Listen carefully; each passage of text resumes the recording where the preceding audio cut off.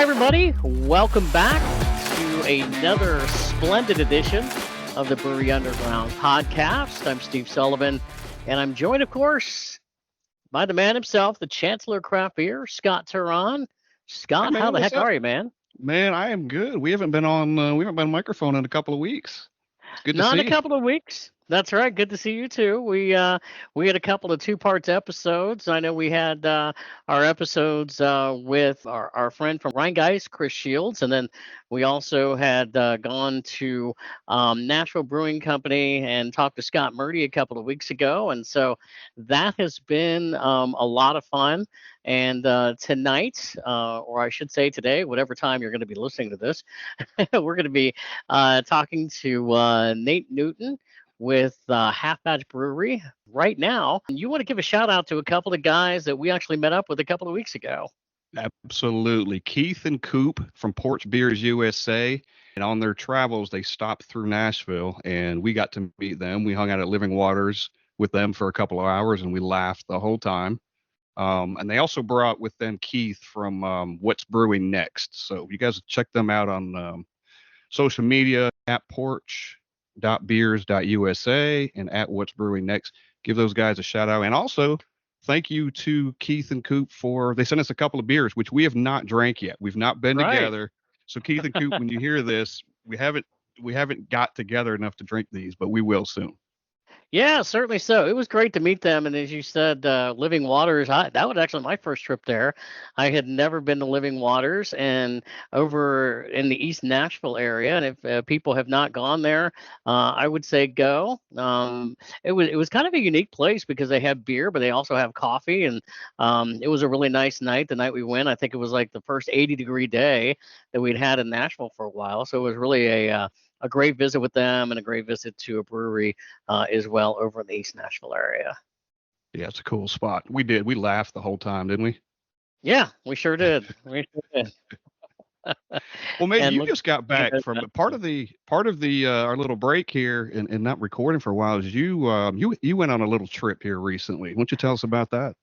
well, I went on an Easter trip up to Cincinnati, a very quick trip. It was mainly to see family, but you always got to try to get in a brewery or, get a couple of beers in. And I didn't have that much time to do it, but I did manage a couple of things. There's a little place down the road from where I was staying with my sister and brother-in-law. It's a little marathon gas station, but I had my first beer from Streetside Brewery in Cincinnati. I had not had a beer from them yet, and that's actually on our target list when we go up there to try to hit them. But I had it's an IPA milkshake, and it was a strawberry John Lemon, and it was pretty good. I rated it 4 on Untappd, so Wow.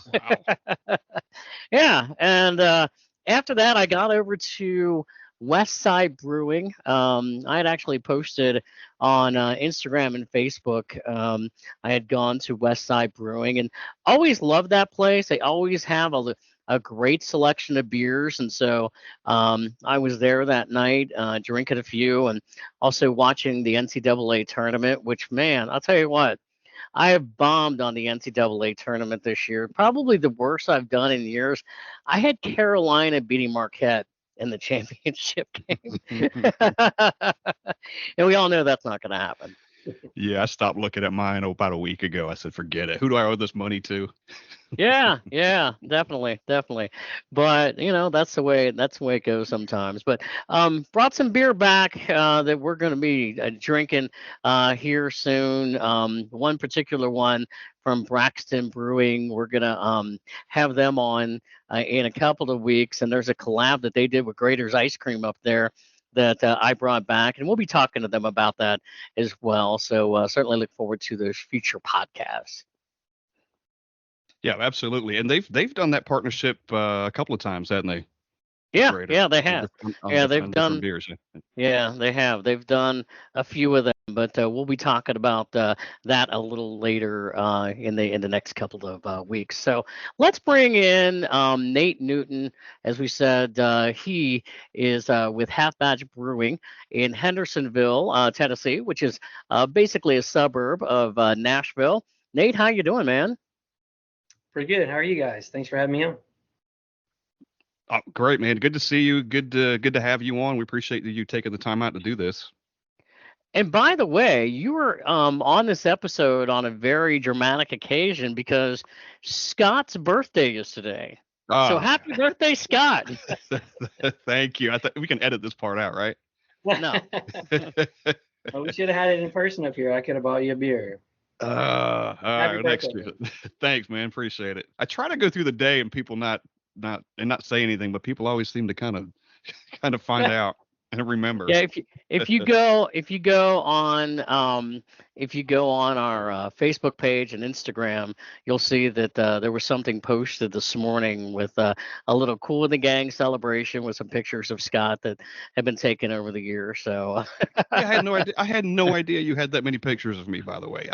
I didn't either. I had to really go through deep in my phone, so I'm not usually used to taking that many pictures of you. But anyway, hey Nate, yeah, so we definitely appreciate you joining us today, and we want to talk all about your brewery and how you got started and things like that. But something I want to begin with is one of the things that I really want to say, because we went to Half Batch last year, and it wasn't that long after we had gone to Half Batch that something happened near your brewery, and that was a tornado that came through Hendersonville. We know it didn't hit your brewery, but it sure came close, didn't it? Yeah, we were really lucky. It was just on the other side of Main Street from us down here. So yeah, a lot of businesses here weren't as lucky as we were, but we survived relatively unscathed. We had some furniture blown around, and a few lights blown sideways on the building, but that was it. So Yeah. we were open, and we had people in here, and they all scrambled into the walk-in and into the bathrooms when it came through. So Wow. thankfully, we were missed. Yeah, I know it was. I know it was it was close by, and so I'm glad you guys were perfectly fine. And I think you may have been, even when it happened, like you were without some electricity for a time, right? Maybe for like the first day or so. Yeah, we lost power for almost 36 hours at the brewery. But I mean, a lot of people here had power out for several days, so that really wasn't that bad in the grand scheme of things. Yeah, definitely. How would you say, as far as like your brewery being in that area, how have you seen it since that time that it's really impacted the community?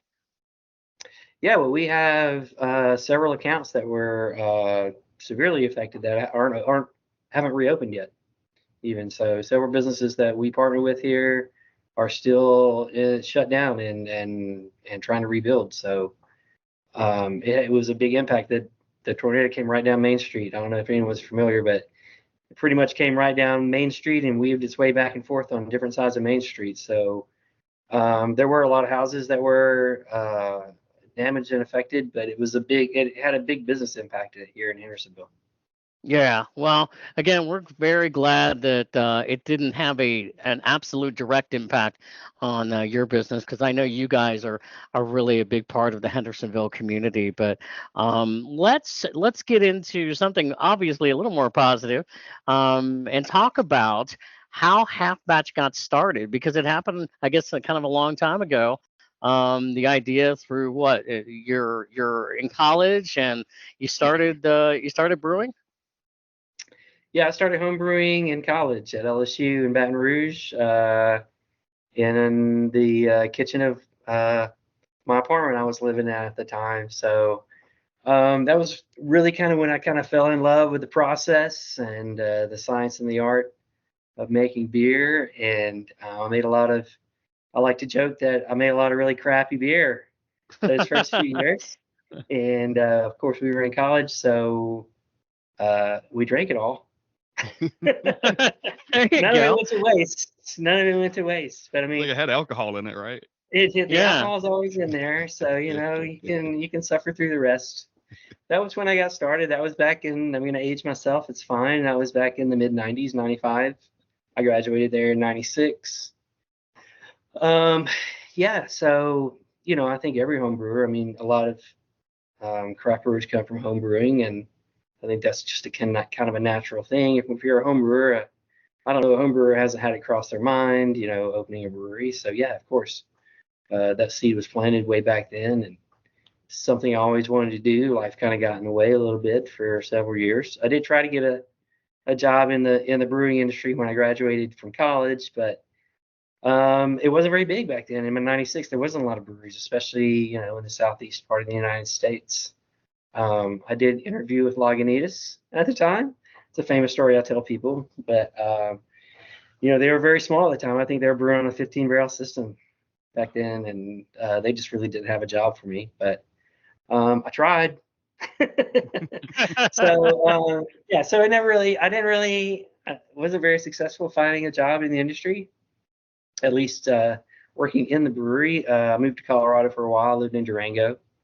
I worked at Steamworks Brewing Company in Durango, which I don't know if they have a production facility now or not, but at that time they were a brew pub, and I waited tables and I gave brewery tours and tried to talk the brewer into letting me work in the brewery, but that never really panned out either. So I kind of fell into an IT career, and I worked in IT for almost 20 years, and then found myself here in Hendersonville, and there wasn't a brewery, and my kids had all grown up and moved out of the house. So, I kind of cashed in what I had in my retirement account and rounded up a few investors, and we opened Half Batch back in 2017. Nice. So, yeah. Well, we do have to mention, by the way, that, and I should have done this as we were wishing Scott a happy birthday. We usually begin the podcast drinking a beer, and I know you have one. What are you drinking there, my friend? Backseat IPA. Okay. Our flagship IPA. So. Well, I have your Half Batch. I have the Scottish Ale that I'm going to open up right now. Let's hear it. So cheers. There we go. Cheers. All right, and I've Cheers. got the Half Batch Downpatrick Irish Red Ale, which is exceptional, by the way. Oh, thank you. Yeah. That's the first time we've done that one as a spring season. We've always done it as a one-off in the spring, right around St. Patrick's Day, and it outsold everything we ever tried to do as a spring seasonal. So this year we wisened up and just went ahead and made it the spring season. It's great. Oh, I got it. I got it at Pour Vu today, and they actually had it cold in there too. So they had several of yours cold in the cooler. So I was like, I'm getting that one. Nice. Hey, let's talk about what's the story behind the name that you chose for the brewery. I'm sure you get this a lot. Half Batch. Yeah, well, I mean, we went through several names, and some were just terrible ideas. We still laugh about some of the things we thought about naming the brewery. You want to make it something that's personal. Obviously, opening a brewery should be something that you're passionate about and is very personal to you. I mean, it's kind of an extension of yourself a little bit in a lot of ways. So back when I was home brewing and I was doing extract brewing, and I wanted to make the move to mashing grains and feeling like I was actually producing beer from the base ingredients and everything. And there's some water calculations involved in that. And I kind of missed a little bit on some of those water calculations and ended up with less than a full batch of beer. And some of the people I hung out with then and brewed beer with at the time kind of started calling me Half Batch for a while. So it was a nickname born from that mistake that thankfully didn't stick, but it's still a good story. And so yeah, it was a one-time nickname of mine from some of my home brewing friends. So That's pretty where good. the name comes from. Yeah. When you were home brewing again, back in that time, 95, 96, was it hard finding ingredients to home brew with? Yeah, it was actually. I mean, there was a lot of mail ordering involved. But Baton Rouge did have one little shop that was on the other side of town from where I was in the university, but I would drive over there and pick through whatever ingredients were available and go with that. But yeah, it wasn't like it was a few years later where it was easy peasy and there were homebrew shops everywhere. And yeah, there's a lot of digging. I remember looking every once in a while, at the home, one of the cool things in Baton Rouge at the homebrew shop, I could get my hands on the Celebrator magazine. I don't know if you guys are familiar with that, but it was a long time back in the day. I think it was published out of California, but it was kind of a craft brewing kind of a magazine, but it had lots of ads in the back for homebrew shops that, the internet wasn't a thing. And I think I'd just gotten my first cell phone at that time. And so, it was a different world back then. But yeah, you had to kind of scrounge around and find what you could find and just use it. So. Yeah, and I bet equipment was probably hard to come by too. Like there's so many options of things you can get now, but most of those things probably didn't even exist back then. Yeah, I mean, a lot of stuff I tried to fabricate myself, or I had, friends who were plumbers that could fabricate some stuff. But yeah, I definitely had some Franken equipment back in the homebrewing days, for sure. Did you ever use, I don't know if you ever did you ever use a Mr. Beer kit anywhere along the way? I didn't. I did use some kits though, some pre-made kits from the homebrew shop where they're in Baton Rouge, where it had everything in a box. But I mean, recipe formulations and recipes is one of the things I really enjoy. So even from the beginning, I like to kind of come up with the combinations of ingredients that were giving me the flavors I wanted in my final product. So I didn't do a lot of kit brewing. I like to just try different combinations myself and see what I got. Hey, it's worked out for you. Look at you. I'm basically a tinkerer. You'll figure that out about with me if you hang out. Let me know. Let's even now. I mean, even here, it's always like when we're trying to come up with a new beer. I mean, we don't really have a pilot system, so we do 10-barrel pilot batches. So I mean, we have 5-barrel fermenters, so we can do a half batch of something. But I mean, we usually just it's usually let's start here and then let's tweak it down to what we want it. So I mean that's just part of it. But is it somebody just coming up with an idea and say, hey man, we should brew this, or I just have an idea for this, or there's an ingredient somewhere like we should incorporate that into a beer, anything along those lines?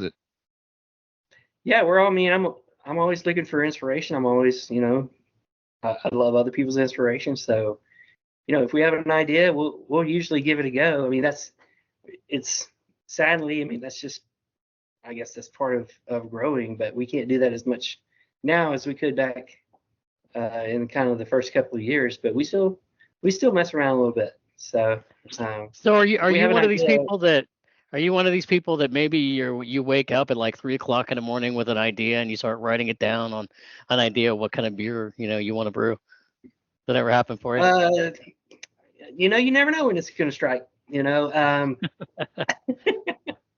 I usually a lot of my ideas honestly come from drinking other people's beer, other breweries' beer. I just want to, if I find something in a beer that I'm like, how do they do that? And I try to figure it out.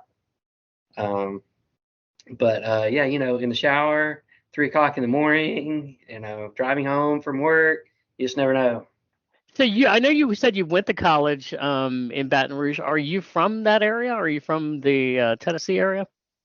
I'm not. I'm actually originally from North Alabama, from Decatur, city in North Alabama, and I went to LSU on a full academic scholarship. So yeah. I got a really good score on the ACT. I don't know what to say. I mean, it happened. I'm probably, I went to school at LSU on a full LSU Alumni Association academic scholarship, and I don't know how the Alumni Association feels about it because I got a history degree and then I opened a brewery. So I don't know if that's what they had in mind, at the time, but here we are. That's a path that led you here. So based on living in those areas, going to college, down in Baton Rouge and, and living in Alabama and now living here, I know there's like different people like different things in different areas. Have you brought that kind of thing to your beers here in Nashville? Well, I mean, we don't, we brew more classic style beers. I mean, you're going to find a lot of what we do is going to be pretty true to style along classic lines. We do mix up some things. I mean, we do a smoked porter with jalapenos every fall called Pepper Sprout. If you ever had that one, we used to do one of those failed spring seasonals I was talking about was a beer we called Big G, and they renamed to George, but it was basically a dry hop Belgian American ale. So it was a bit of a mashup. I mean, I love that beer. I want to bring it back, and it does have a small dedicated audience. It's just not big enough of a dedicated audience to keep doing. But no, I mean, I think here in the Southeast, if you want to talk about, I think we just we lag behind the rest of the country a little bit, craft brewing wise, just in terms of the quantity of breweries that this area supports. And I mean, I think that's changing, but I think if you look at national trends, or if you look at trends that are happening in the more sort of craft centric areas of the country, I think those trends will come here. It's 2 or 3 years behind. So, but my personal inspiration for beers is going to be, the classic British styles, Belgian beers, continental lagers, that kind of stuff. I mean, it's all from the way back. It's not really a regional here in the Southeast United States kind of thing, because I don't think that tradition's really been made yet. When you were brewing beer at home, were any of those beers you brewed back in the day, or at least up till you opened a brewery, one of your core beers now? Like, what was the first half batch beer? Actually, our four main core beers, our four original core beers, the 2 Foot Cream Ale, Sullivan Scottish Ale, Backseat IPA, and Get Crackin' Pale Ale were all beers that I brewed as a home brewer. And I think they kind of show that. Backseat IPA is a big old school piney resiny IPA. It's 7.6%, which apparently these days is really big IPA. I mean, I remember, back when I was homebrewing in the late 90s, that was just an IPA, but now everyone's like, wow, 7.6, that's up there. But, yeah.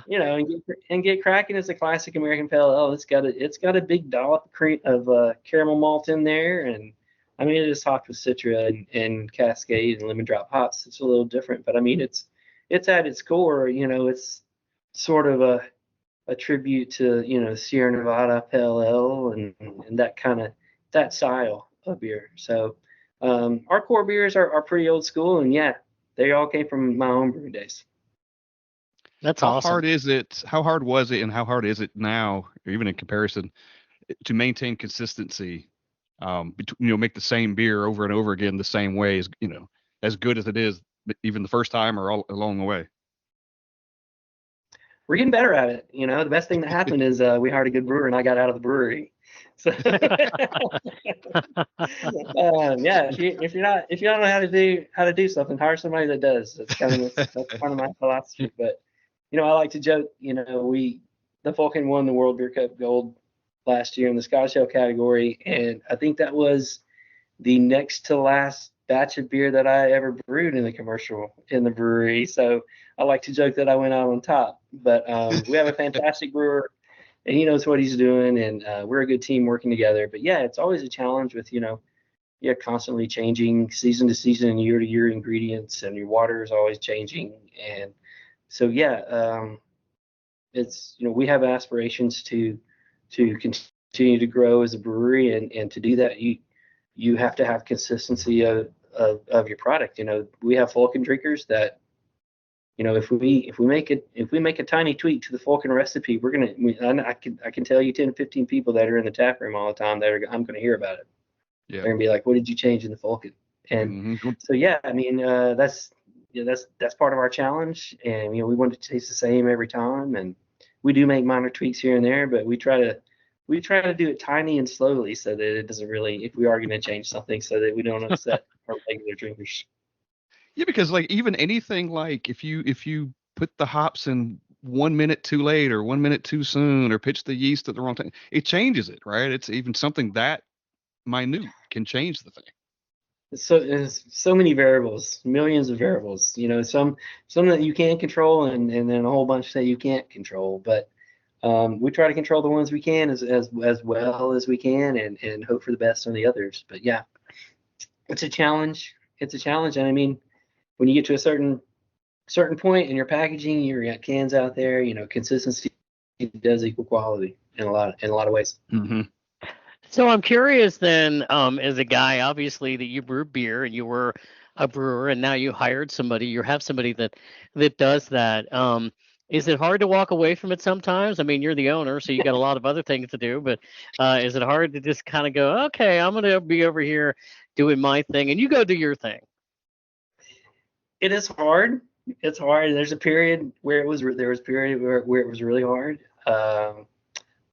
Thankfully, I have a lot of trust in the guy that I did hire, and he's doing a fantastic job, and he knows more about it than I do. And there are a lot of homebrewers that make the transition from homebrewer to professional brewer, and they are the brewer forever, and that is and my hat's off to them for sure, because that is not easy. Commercial brewing is not home brewing, and home brewing is not commercial brewing. I mean, the process is at its heart, at the basis is the same, but just in terms of being efficient in the brewery, and I mean, there are times that I've seen, our brewer do some things. I'm like, oh my God, I never thought to do it that way. That is so easy. And, Yeah. I was basically killing myself in there. And, there's just things you don't know, if you haven't done it. So, yeah, it's hard. It's a transition for sure. But I'm still involved in the brewery, and that is really kind of my favorite part of the business is planning and executing the brewery operation part of it. So I always want to keep my hand in that as much as I can. I do get in there and do some things occasionally. He lets me get in there and do some things, but I love that he lets you get in there. he always checks my work. So I love it. I'm comfortable with it now. I mean, it Yeah. is what it is. I mean, we grew to the point where I had to make the choice, because I mean, I'm in the old spot before we moved to the new building. I can remember there were days when I was working and brewing beer, and then like, okay, I got 30 minutes, and I'd run back to the office and try to do, some things that were crucial to the business, getting done, and then try to run back into the brewery and pick up where I left off. So like, I don't miss that. And we grew to a point where I had to pick between running the business and representing the business or brewing the beer, and it makes more sense. Like I was talking to you earlier. I mean, this is a very personal business to me. I mean, it means a lot to me. I think I would rather be running the business and representing the business if I could get someone in the brewery that I could trust was going to put out the liquid that we need to put out to be successful. So I made that decision, and here we are, and I'm happy with where we're at. Hey, so let's talk about your growth, because you've mentioned it a few times now. And, you all opened in 2017 in a smaller location near I guess where it was almost right next to the current one that you have now. Is that right? Yeah, we were in a strip mall here. Yeah, we were in a slot in a strip mall from when we opened in September 2017 until October last year. When we moved into the new facility, which is a brand new building, about 3 times the size of our old spot. But it was built on an open lot that was on the end of the same strip mall that we were in. So like, we just moved a few hundred feet. Yeah, I know. And so talk about that growth, because it's really kind of a short amount of time that you've gone from a smaller location to, Scott and we went basically your grand opening Yeah, it in was an open day your current weekend. facility. Yeah. So talk about that. I mean, the growth that you've had in what really kind of seems like a short period of time. Really? Really? That was fast? No. Yeah. Well, I mean, we had the COVID year and the COVID years in Yeah. there. But we really, we had a plan. We opened in 2017 in September, in the fall. And we were actually starting to look in early 2020 at, needing a larger space, and then suddenly we didn't. Yeah. So, from probably, the last 3 years, we've brewed, between 900 and 1,000 barrels, and that was just where our space was maxed out at. I mean, we we experimented a little bit with having some beer contract brewed, but I was never really comfortable. I mean, it was great. It was fine. It just felt a little weird. I don't know. And I didn't want that to be our future. I didn't want to, I wanted that was a temporary thing we had to do, just to meet some demand. But yeah, so we were kind of maxed out for the last 2 or 3 years where we were at. And then, this opportunity came along, and this is a beautiful, I mean, if you haven't been here, you should come and check it out. It really is a fantastic spot. And where we were at in the strip mall, we were very limited in the taproom business. We were very limited. We didn't have an outside area. We basically had the sidewalk out front. We had some picnic tables on.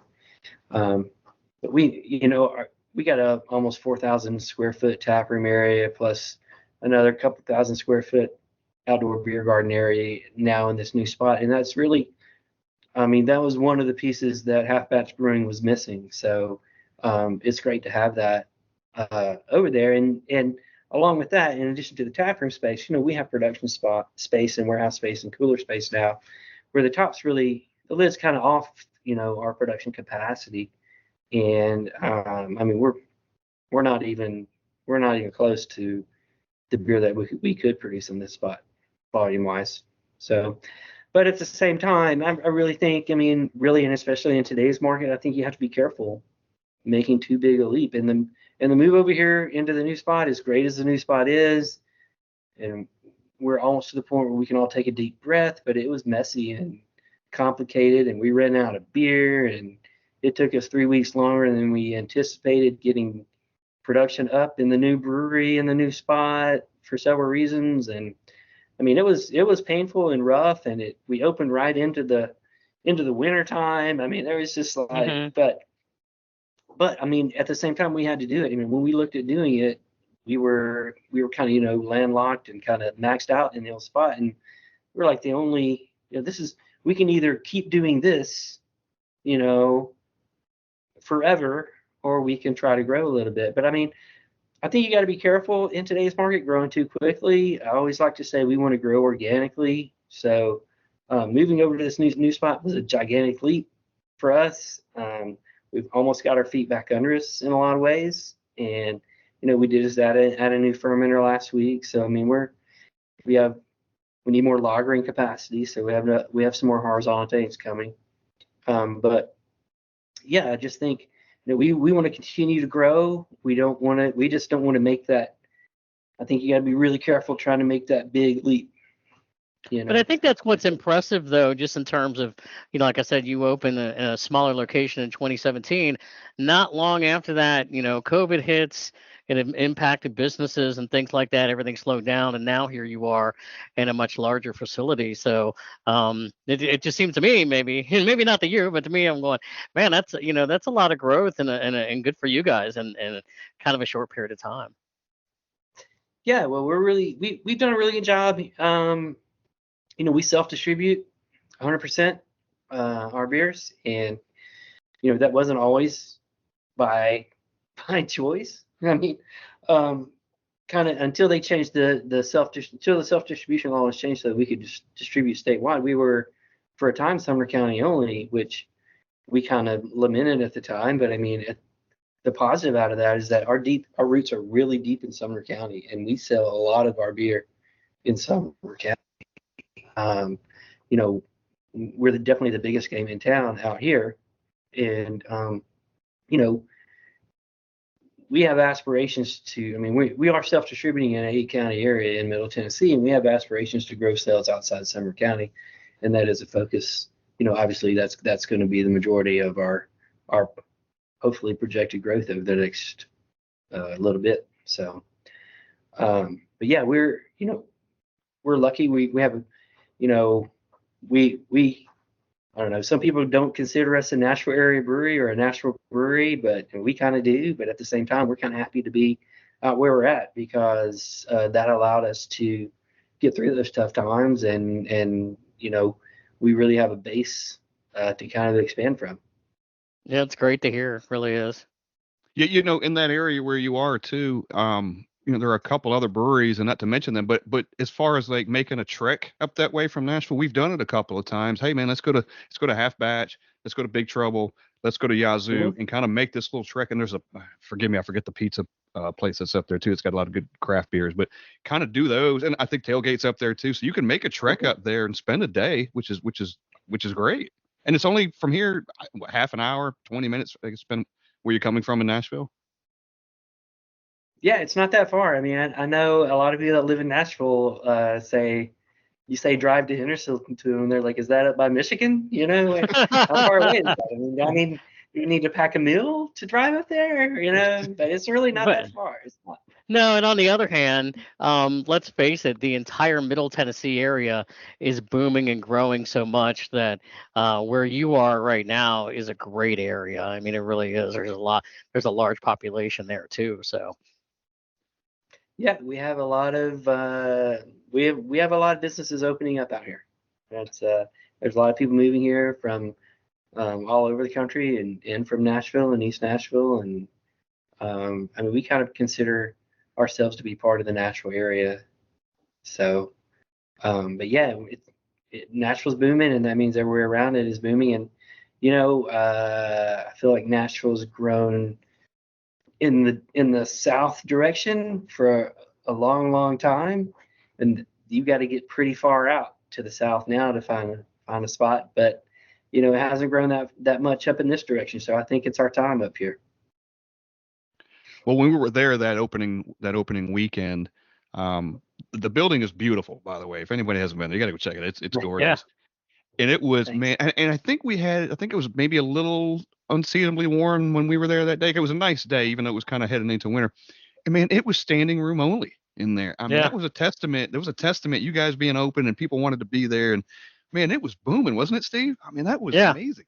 Yeah, it really was. Yeah, you guys had a lot of people there that Yeah. weekend, and I'm thinking to myself, Mhm. wow, I can imagine, I can understand why they moved into a bigger facility. Your smaller Yeah. one, it was probably standing room only out the door, going, okay, we need more room. Yeah, and I think maybe those people were craving that, right? Like, oh my God, we got Yeah, this big place now we can go to, and we've got all these taps now, and it looks like they were craving it for the turnout we saw. I think yeah, definitely. I mean, it's something that was missing up in this area, and so we were happy. We're more than happy to provide it, and yeah, we want to keep driving that taproom business. It's fantastic. It's been great. It really has. Um, it's been beyond expectations and projections. The taproom Actually, side of the business. let's talk about that because the tap room's great. So I think I counted on your website, you've got 20 taps. Is that right? We do have 20 taps. We have one guest tap that's a cider all the time. So we have our brands plus the Briar Scratch brands. We brew the Briar Scratch brands. Briar Scratch Brewing was an original brewery that started in Sumner County before we opened, and they shut down brewing operations 2 or 3 years ago, and we continue to brew a few of those beers. And so between those, we got two Briar Scratch handles, and then 17 of our half batch offerings on tap in the tap room all the time. How do you determine because you've got a ton of different styles up there and you guys make a ton of different styles. How do you determine, or is there any determination you want to have every kind of style covered, or seasons play into that? Well, we have our core beers, and we do brew a lot of core beers. I mean, we have, the four I mentioned earlier. In addition to those, we have, the Street Sweeper Juicy IPA that we have all the time, and Briar Scratch Blonde. So that's 6 beers that we have all the time. Other than that, we always have a seasonal and a one-off every season, and then we have a couple of goof offs and this and that. So we're making sure we try to have all the holes filled.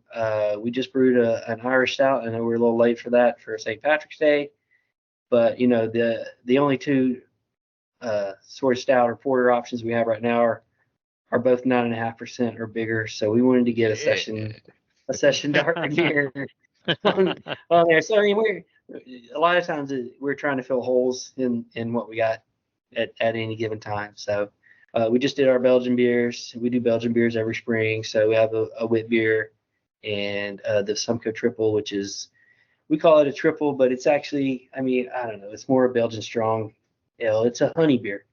So, in every 10-barrel batch, we put 5 gallons of local Sumner County honey in there. Simcoe, that's where the name comes from. So we have those on tap right now. We're always just trying to mix it up. Do you get a chance a lot of times to just roam around, talk to like your regular customers or others that are coming in and looking at like what are you passionate about? Like what kind of beer trends that they're seeing that you're going, okay, let's try to, keep up with everything, because I'm sure it's got to be changing quite often, right? Yeah, definitely. We have a fantastic group of regulars and Mug Club members who are always in there, and they're always more than willing to share their opinions with us, which we love.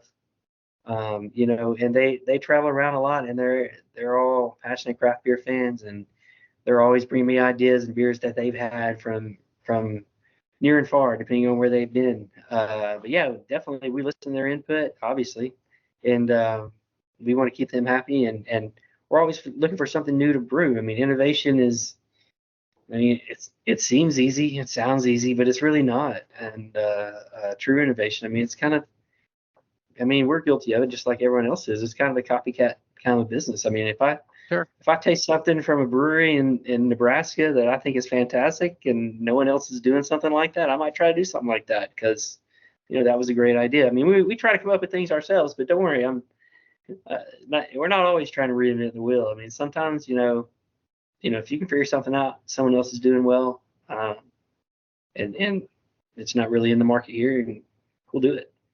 Do you like traveling? Do you like traveling quite a bit, like to other states and stuff like that, to go to other breweries? Do you get a chance to do that much? Not as much as I like. I do love it. Wherever we do go, I'm always looking for what's local. We go to Denver a lot. We go to Colorado a lot.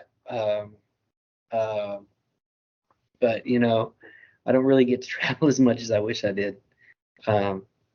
But anywhere I do go, I'm always trying to find what's local there. All right, I was looking on your website, and I know the name of the beer, but I didn't realize it tied into something else. So talk to us about Cheeky Pete. You knew where I was going with this, didn't you? Oh, Cheeky Pete. Yeah. So what is a Cheeky Pete? Well, one of my passions is British bitters. So, I'm still waiting for that wave of British bitters that's going to, wash over the American craft beer scene. And, so we keep a British bitter on. That's another one that we have on all the time. And back when we first brewed it, we were just trying to think of a name for it, and we just came up with Cheeky Pete. We thought it was funny. It sounded like some kind of British mobster's nickname or something, Old Cheeky Pete. Don't mess with Cheeky Pete. That old Cheeky Pete, man. So first it was a beer name, and then we always have a tagline or a motto. It's more of a motto we live by: never half-ass. So you'll see some of our merch and some of our promotional materials will have never half-ass on it. But it's kind of a motto we live by. So I don't really know where it.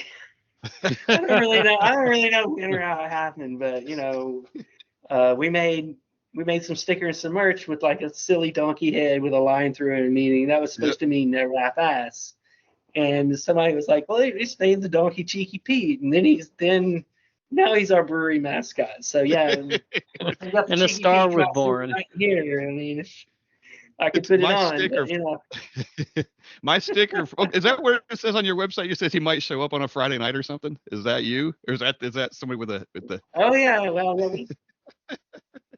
we have bingo every Monday, and sometimes Cheeky Pete does call bingo. So you might get lucky. You come out to bingo on Monday and get a Cheeky Pete sighting. When I was at your original brewery, you got stickers and stuff, and my sticker I got from you is the Cheeky Pete sticker. I had to have that. Nice. It's great. It's brilliant. Nice, yeah.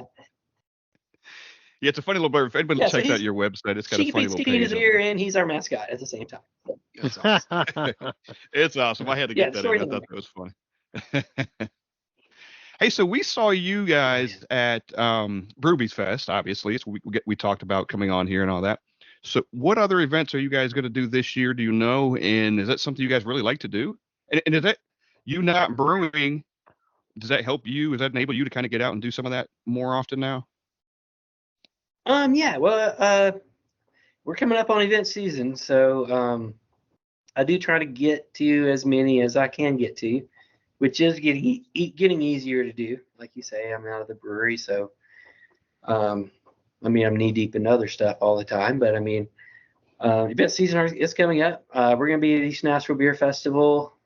We do up here in Sumner County. We partner with Historic Rock Castle, which is here in Hendersonville. It's the oldest house in Tennessee. It's pretty cool. It's a historic site, Yeah. but they have really great songwriters night one Saturday a month that we then beer at and we sponsor, and so we'll definitely be doing those. Personally, want us to be a little more selected this year, and this may be controversial, but I don't care. If someone is going to call what they're putting on a beer festival and they're going to have ready to drink cocktail companies and seltzer companies there, we may not be interested, because we feel like those, not only are they taking ourselves out there in the market, I think they're piggybacking on craft beer in general, and I don't want to help them do that. So we love beer festivals. We want to come and do beer festivals. If there's a brewery there that also does seltzers and ciders and whatnot, that's great. But if there are companies that specifically only make ready to drink cocktails and seltzers, they're serving at what's supposed to be a beer festival, we may not be there. I understand, and I think I know which one you're talking about, but we'll leave it at that. maybe there's more than one. I don't know. I understand what you're saying. You're in the business of selling craft beer, and you want to go to a festival that's focused on craft beer. Makes sense. We're all about being at beer-centric events. Yep. I mean, you guys are involved in some charitable organizations, or with some charitable organizations, and to fight hunger and illiteracy. Talk about some of those organizations you partner with, and what kinds of things you guys do with them. Yeah, well, I mean, part of our mission is to give back and be a positive force in our community. So we do support a lot of local nonprofit organizations doing great work. Like you mentioned, hunger and illiteracy. If you're fighting those things, we're on your side, and we're probably a yes if you see this and you want to reach out and you want to partner or get us to help support you in any way. We do some other things. I mean, we do stuff with Hendersonville Homebound Meals. We do Christmas for Kids, which is a really great organization that tries to help kids in disadvantaged situations have a great Christmas. And I mean, a lot among many other things. Love Nashville is another one that we're heavily involved with supporting. I mean, Historic Rock Castle is a nonprofit.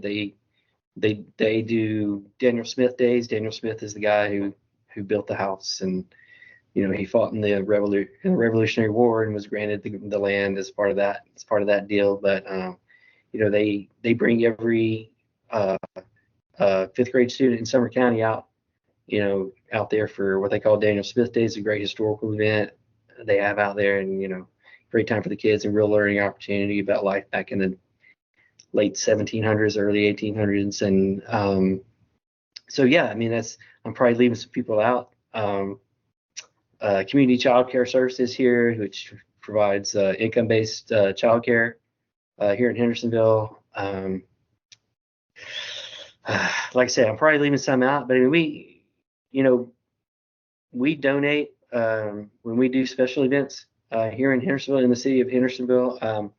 We donate 20% of our beer sales to a nonprofit. I mean, that is, they wrote that into law a couple of years ago, but we were doing it before then anyway. So we kind of set that precedent. And so, yeah, I mean, we have a lot of events here. We had a chili cook-off back in December that supported, we collected over 300 canned goods and I think about $500 in cash for the DFW Food Bank. here in town. So yeah, um, that's that's part of the mission of opening this thing, is that we wanted to give back to the community and be a positive force here, and help support those people who need our support. Yeah, It's wonderful because on your website you've got a page that's actually dedicated to that. It says, hey, if you need our help, kind of thing, send us your information, and we'll get back to you or whatever. But you put it out there, which is kind of cool. It's, they don't have to come find you, you're there. Yeah, yeah. I mean, within reason, we're a pretty easy touch. So, Yeah.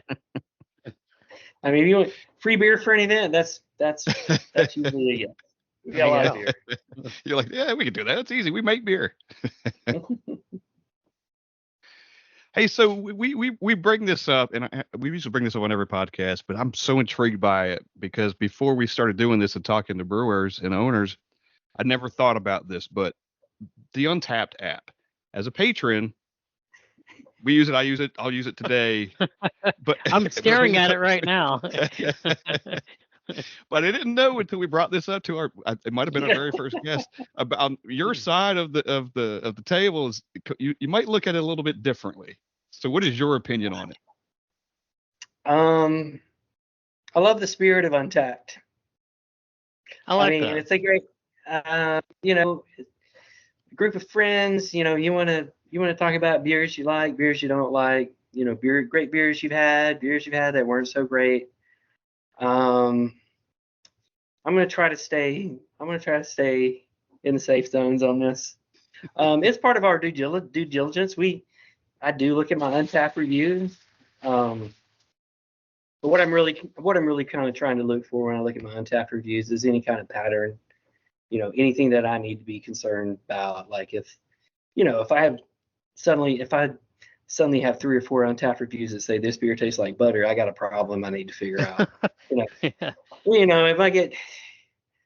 If I get a 1-star review for Falcon and someone's like, I don't like dark beers, Yes. I mean, that there's a lot of that out there, or like, Yep. So it is what it is. I mean, it's here to stay, and I think it's fantastic.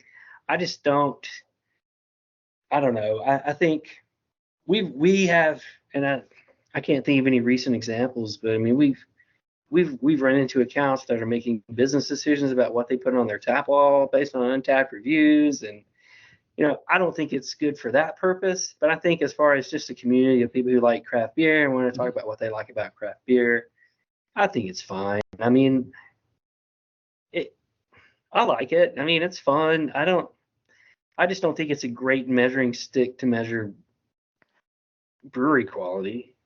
I think what's funny sometimes is when you hear about the stories that people don't like a certain beer, and so they'll give it a really bad rating. So, for example, I don't drink coffee, and I've had beer before that had coffee in it. And I'm like, maybe I shouldn't even try this, but I like trying different beers. Generally, if I'm going to drink a beer with coffee in it and I don't like it, I'm not even going to rate it. Why bother, right? Sure. That makes sense to me. Yeah, there you go. Yeah, Logic 101. But by the way, the Scottish ale that I've been drinking here of yours is really, really good. Yeah, what are you going to give it on Untapped, Steve? Maybe like a 5. Hold on, let me see. Yeah, let's see. You did. Check it out, Nate. Nate will report back. It's screw those guys. No, Untapped is fine. I don't get up in arms about Untapped. I don't think it's a good tool for. I don't use it to determine what kind of beer, what beer I want to hunt down and try. It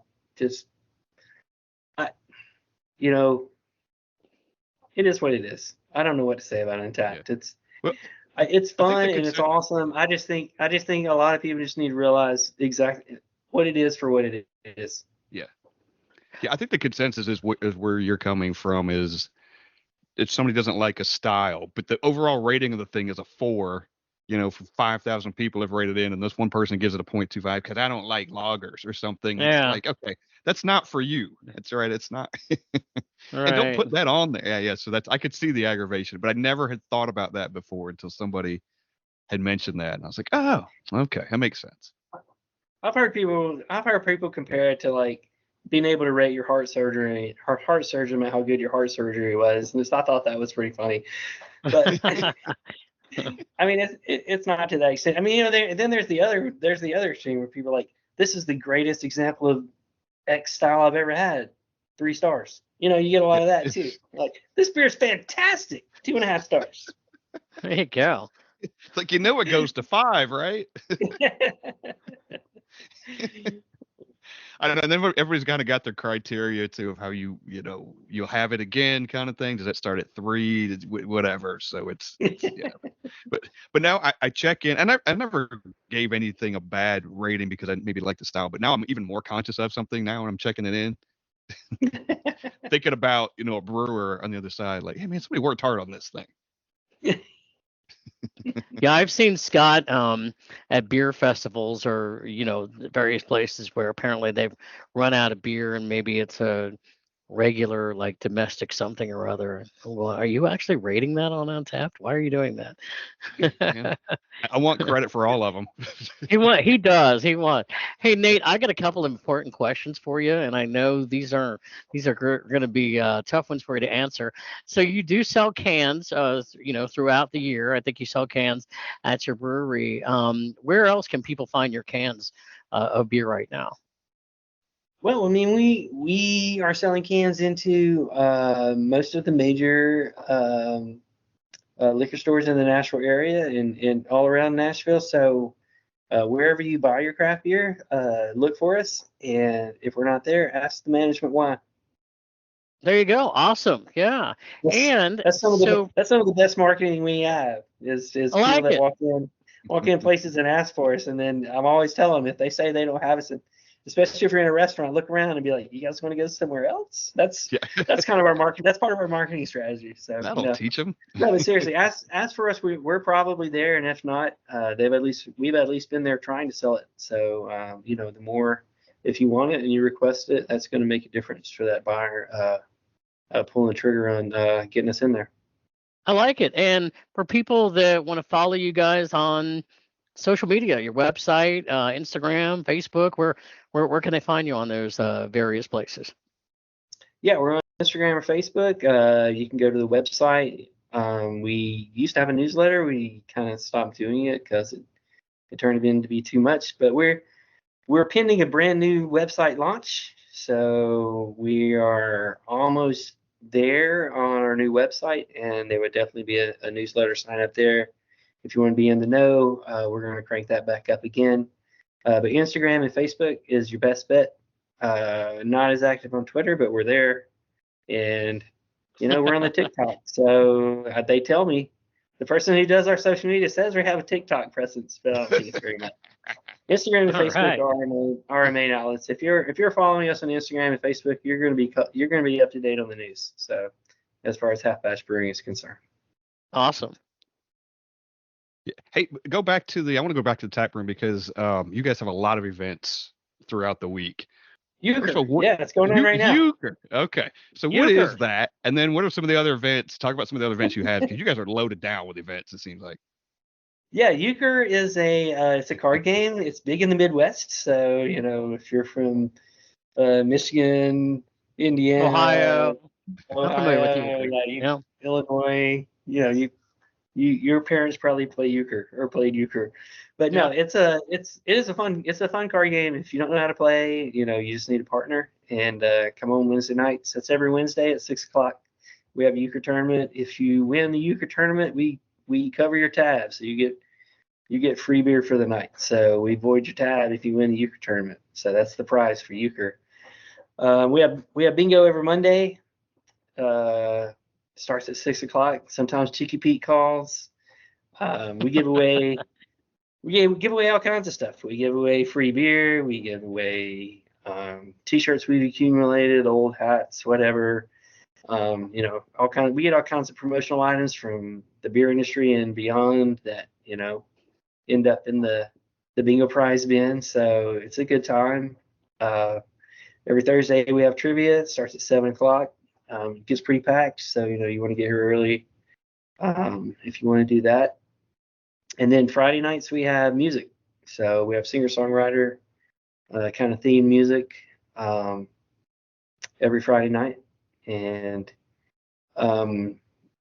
through the summer in May, June, July, and August, once a month, the same night as the Rockcastle Songwriter Series I talked about earlier, we have what's called the After Party after that, which is a special ticketed event where one of the bands that plays out there plays a special set here in the tap room. So that's something we're trying out this year. We're pretty excited about it. That ticket comes with a couple of free beers, and it's a good time. So yeah, and then we have big events. Usually one other big event a month. We just had our St. Patrick's Day party last year. But yeah, like I said earlier, if you're following us on social media, you're gonna know all about that. Yep. And you guys do food trucks too, right? You have some food trucks out there. Food trucks every Thursday, Friday, and Saturday. We do some of our annual events. We do have our 7-year anniversary coming up in September. Every late October, early November, after all the Oktoberfests are over, we have one more Oktoberfest theme party called Stumperfest. We brew a traditional Oktoberfest lager for that, and we have a Hammerschlagen tournament, if you know that game. It's a kind of a German nail driving and a stump game, hence the name Stumperfest. But yeah, so that one's always a good time. Hey, I'll mention too, you guys have great parking out there for people. Around Nashville, we don't have that, with the exception of a few things. You guys have a great. So if everybody's going there as they're parking, there's plenty of parking, and it's for a big giant parking lot. So it's awesome. we don't get much of that down here. Yeah, we're open. Tap room's open every night but Tuesday. So we have been open 4 to 8 Monday and Wednesday. We're about to extend that to 10 o'clock for the summertime period of the year. So we'll be open 4 to 10 Monday, Wednesday, Thursday, and Friday, 2 to 10 on Saturday, and 2 to 7 on Sunday. We got 2-for-1 pints every Sunday from 2 to 4, so 2-for-1s from 2 to 4 on Sundays. We haven't done this before, but I had some funny, which I think may be funny, speed round questions for Nate. Let's go. All right. All right. What historical figure would you most like to have a beer with? Man, that is tough. Wow, I'm not ready. I'm a historical figure. I don't know if they qualify. Maybe Ernest Hemingway? Sure. Okay. I have a history degree with a literature major. Literature minor. So yeah. Well, that makes perfect sense then. Okay. What's the weirdest ingredient or the weirdest beer you've ever brewed? The weirdest ingredient you've ever used or the weirdest beer you've ever brewed? Yep. I know the answer. This is easy. I brewed a Saison with fresh rosemary from my neighbor's herb garden. And I would just like to let all you brewers out there know a little bit of rosemary goes a long way. Yes, it does, even in cooking. Yep. It was great for marinating chicken in, but it was not fantastic for drinking. Did it get Some people loved it. There are a couple of people who loved it. We have an employee who's always like, "Hey, when are you gonna brew that Saison with the rosemary in there again?" And I'm like, "Never." A little overpowering. Yeah, it's never. A lot. All right. Dumbest thing you've ever heard or seen in a brewery? We're gonna have to edit this one out. Oh man, I don't know. You don't have to name names. Well, we've had people that that were just simply amazed that we actually produce beer here and just could not get over it. I don't know if that qualifies or not, but yeah. Yeah, sure. Yeah. You guys brew this beer here? Like, really? It doesn't come from a magic faucet somewhere. I can't believe that. Wow. That's hilarious. I'm glad your answer wasn't, hey, will you come on our podcast? I thought that might be a possibility, but thankfully no. All right. Worst part about owning a brewery? I don't know. Waking up at 2 o'clock in the morning and trying to remember if you opened that valve or not. I could get that. I guess. and not being able to remember and getting in the car and driving up here, and yes, you had, and everything was fine, and you just lost a night of sleep, I guess. It's like leaving the house for vacation, right? Did I unplug the curling iron? One of those deals. All right, what's the best part about owning a brewery? Oh man, that's every day. I mean, it's a tough business and it's difficult sometimes, but truly we have a great team here and we have a good time, and it's always something new. It's not always something good that's new. Sometimes it's something bad that's new or something unexpected, but owning a brewery, I'd do it again 100 times over. Nice. Last one. Does Cheeky Pete sign autographs? Come on, I gotta get an autograph. He doesn't, he does. If he had opposable thumbs, he would. He doesn't have a lower half either, so it might be hard. Oh, he's got a full suit. He's got a full suit. He's got a full body. Okay. Yeah. Well, I'm gonna see maybe a hoof print or something I could get from him. Yeah, you could probably get that. All right. Yeah. Autograph picture. Absolutely. That's great. That's great. We certainly love ending on a high note. So, Nate, we appreciate you coming on our podcast, and we hope you have enjoyed this session with us. We always like highlighting brewery owners and breweries, and we're certainly glad that you came on today. Fantastic. It's been great. Thank you guys so much for having me on. Thank you very much. You guys make really good beer. We're not just saying, you guys make really good beer. So if you guys haven't been a Half Batch or haven't had any Half Batch, go get some. Go to Half Batch. It's amazing.